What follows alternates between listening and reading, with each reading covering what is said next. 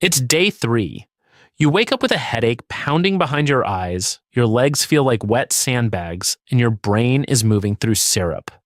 You ate steak last night, eggs the night before. By every promise the carnivore diet made you, you should feel like a Viking right now. Instead, you feel like you have the flu. So you do what most people do on day 3. You quit, and you walk away convinced this diet is poison. Here's the problem. You quit your body about 72 hours before the entire engine was scheduled to switch fuels. That headache wasn't the diet failing. That was your kidneys dumping minerals on command from a hormone you don't even think about. Most people believe carnivore is either a miracle that melts fat off your frame or a one-way ticket to a heart attack. Neither story survives a real 30-day blood panel. The truth is stranger, more mechanical, and a lot more useful. Your body moves through 3 distinct metabolic phases over 30 days, and almost everyone who quits bails during the exact phase that was about to flip in their favor. So today, we're doing this strictly as physiology. No ideology, no influencer promises, no tribe. Just what the blood work, the scale, and the energy data actually do day by day inside a real human body. I'm going to walk you through the full 30-day timeline broken into 3 phases. Days 1 through 7, the drain. Days 8 through 21, the switch. Days 22 through 30, the stabilization.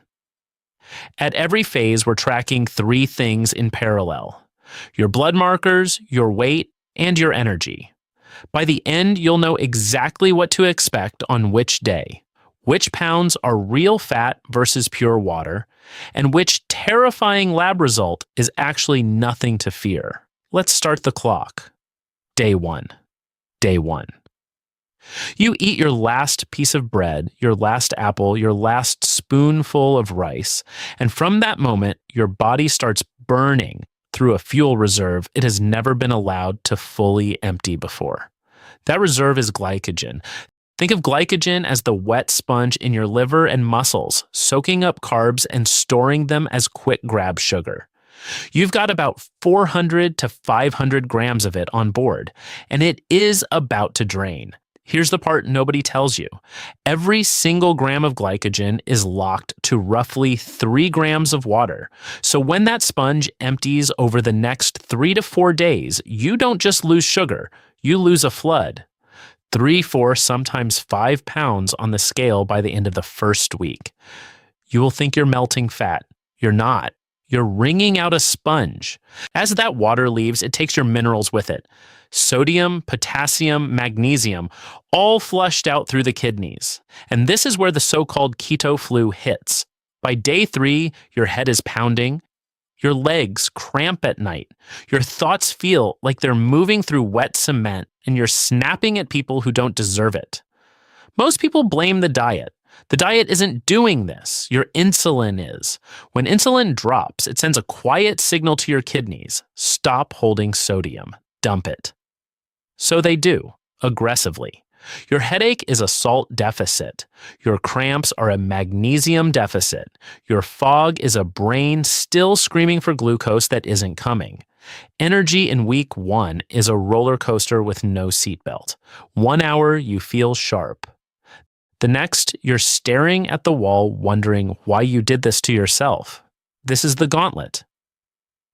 And it ends around day 7, because somewhere between day 5 and day 8, your liver quietly flips a switch you didn't know it had. It stops waiting for sugar, and it starts building a brand new fuel from scratch. Welcome to the metabolic switch. From day 8 through day 21, your liver becomes a small, relentless factory. It takes the fatty acids floating through your blood and rebuilds them into ketone bodies, mainly one called beta-hydroxybutyrate. These ketones are the cleanest fuel your brain has ever tasted. Smooth, slow, steady. Now the blood work starts doing strange things. Your triglycerides, the fat circulating in your blood, can drop 30 to 50% in this window. Why? Because your liver was previously turning excess carbs into fat packages and shipping them out. No carbs, no shipments. HDL, the so-called good cholesterol, climbs steadily. Your fasting glucose settles into a calm 80 to 95 range and stops swinging. Insulin sits at a baseline low it hasn't seen in years, and that low insulin is the key that finally unlocks your stored fat. Real fat loss begins here, not water, not a sponge being squeezed.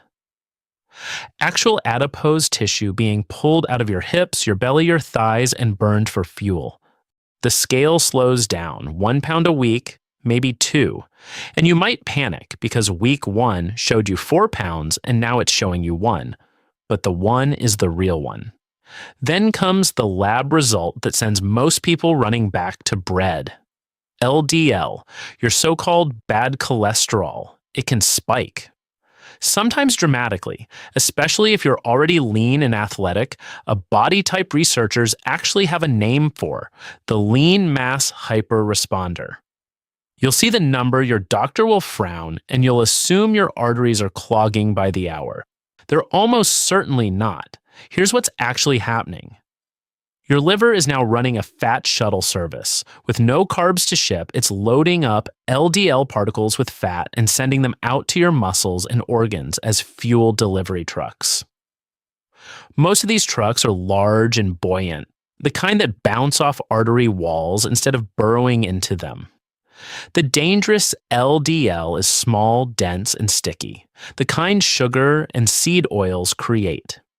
Standard cholesterol panels can't tell the difference. They count trucks, they don't weigh them. By day 21, the chaos quiets. The headaches are a memory, the cramps are gone.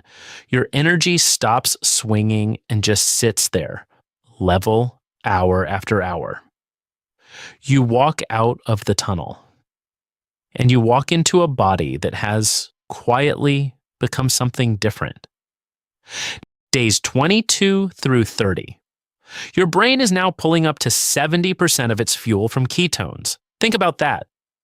The organ that demanded sugar so loudly on day 3 it gave you a migraine has now switched suppliers entirely and stopped complaining.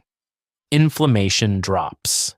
C-reactive protein, the marker that tracks low-grade fire smoldering through your body, often falls sharply. Not because meat is magic, because you stopped eating the seed oils, refined sugars, and ultra-processed foods that were keeping the fire lit. Your hunger hormones reset. Ghrelin, the one that screams feed me every 3 hours, calms down. Leptin, the one that tells your brain you're full, starts being heard again.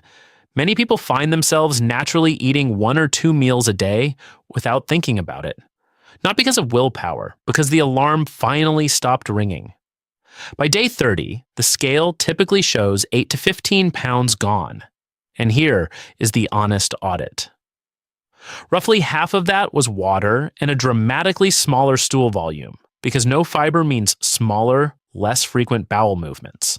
The actual fat loss, the part you can see in the mirror, is usually 4 to 8 pounds. The mirror lags the scale, always.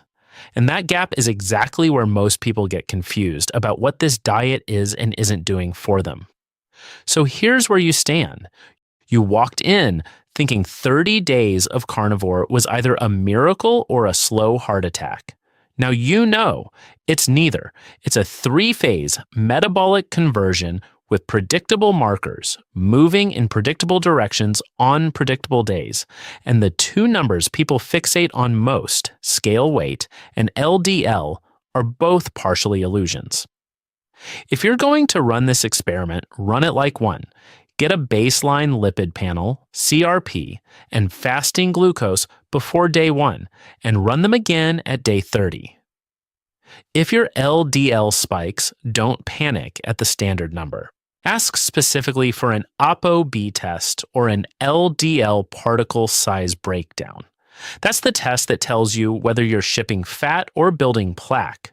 Drop a comment and tell me which phase you're in right now or which marker change surprised you most, the LDL spike, the CRP drop, or the appetite reset. And if you want to know what happens when you push this protocol to 90 days, where the LDL story either resolves or gets genuinely concerning, and the one marker around day 60 that quietly tells you whether you're a responder or should walk away, that video drops next. Subscribe so it finds you, because diets don't have moralities, they have mechanisms.